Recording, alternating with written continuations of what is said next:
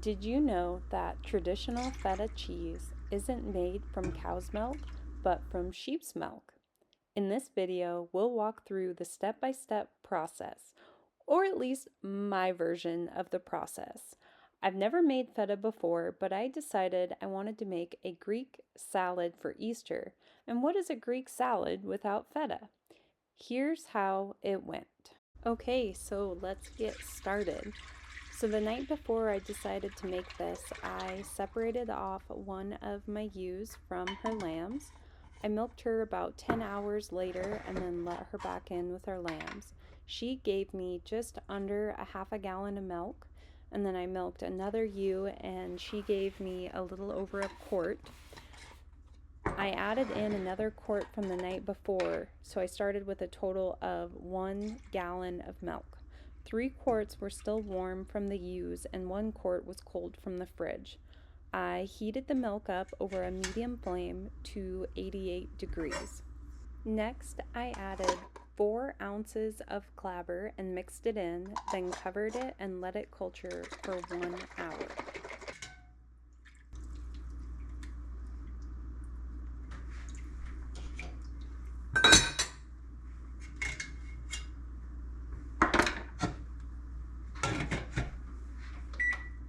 After 1 hour of culturing, I rechecked the temperature to make sure the milk had stayed around 88 degrees.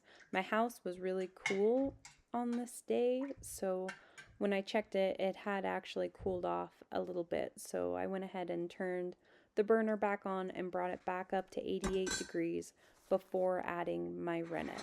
I added 5 drops of single strength rennet. That's right, only 5 drops.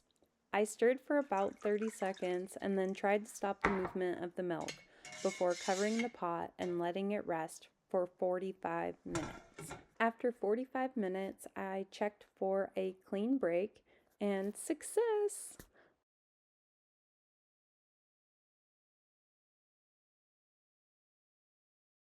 I cut the curds into approximately 1-inch cubes. By the way, I am the least accurate curd cutter ever, and then I let it rest again for another 15 minutes.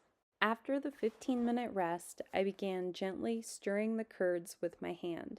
They were very soft at first, and I was worried about crushing them, especially after what happened the last time that I made cheese with sheep milk.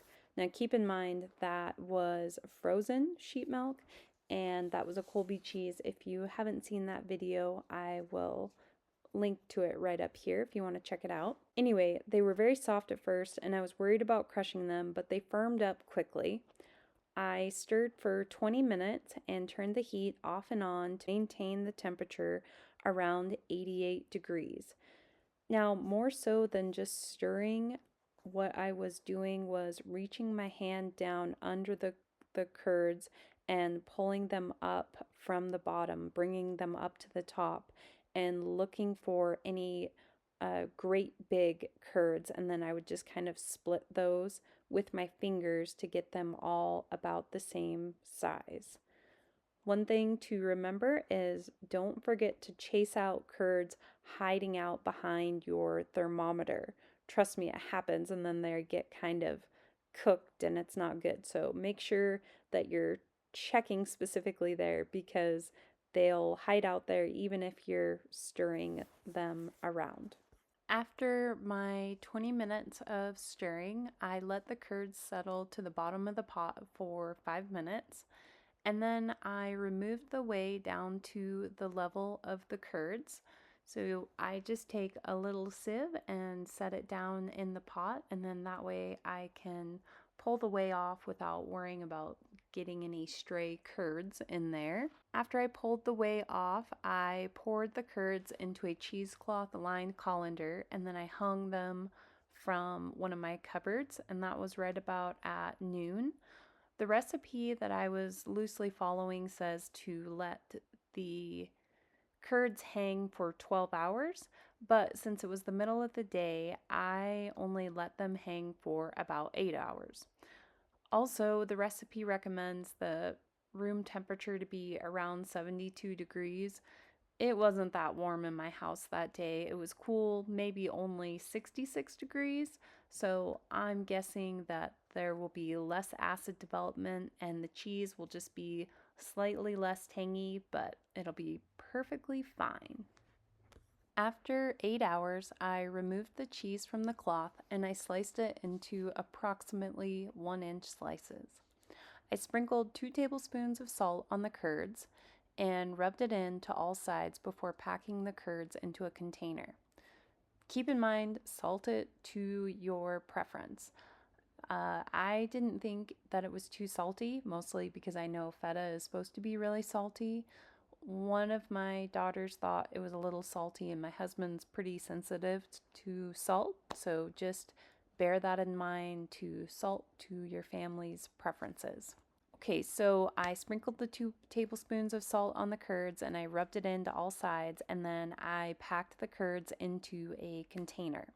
The next step was to let the feta sit out for 8 hours at room temperature, turning it occasionally to coat with the salt and the whey. I did not turn it until the morning because I was bushed and I went to bed. Looking good. Try a little bit. Sure. Wait, you? Me.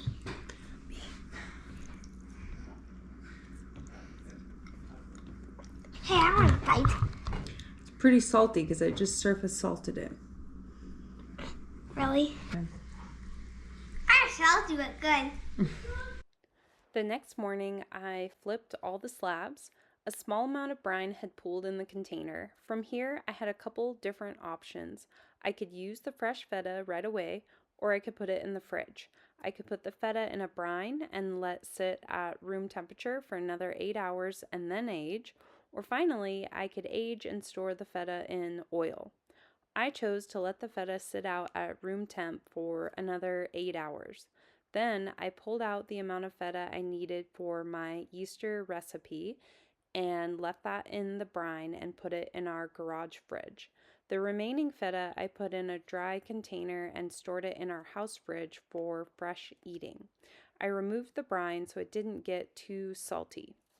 From 1 gallon of sheep milk, this made right at 1.5 pounds of feta.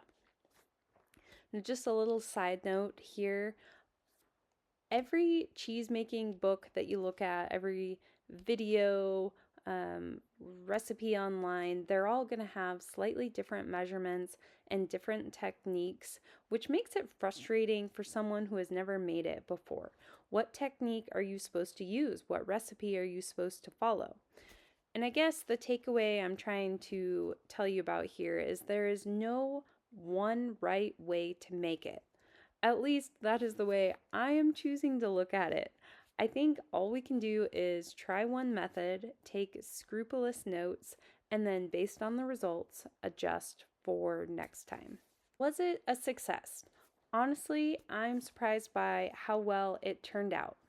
Is it a traditional feta? I don't know. It wasn't really brine, so probably not. The thing is that I like it, my family enjoys it, and that's all I'm really going for here. Next time, I'm thinking about making queso fresco, which I believe is pretty similar to feta minus the brining, but who knows? My cheese making adventure is just beginning. If you've ever tried making cheese, or if you're thinking about it, drop a comment and let me know what your experience was like. And if you have any tips, I'm all ears.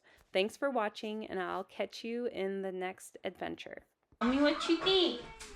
Want to try some? What do you think? Nice, right, son?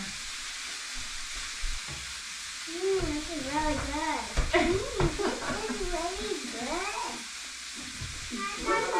Dripping off my hair. Do you like it? Good. It'll go good with those sourdough crackers you make. What do you think, Jetta? A little salty? It's supposed to be salty. I'm salty.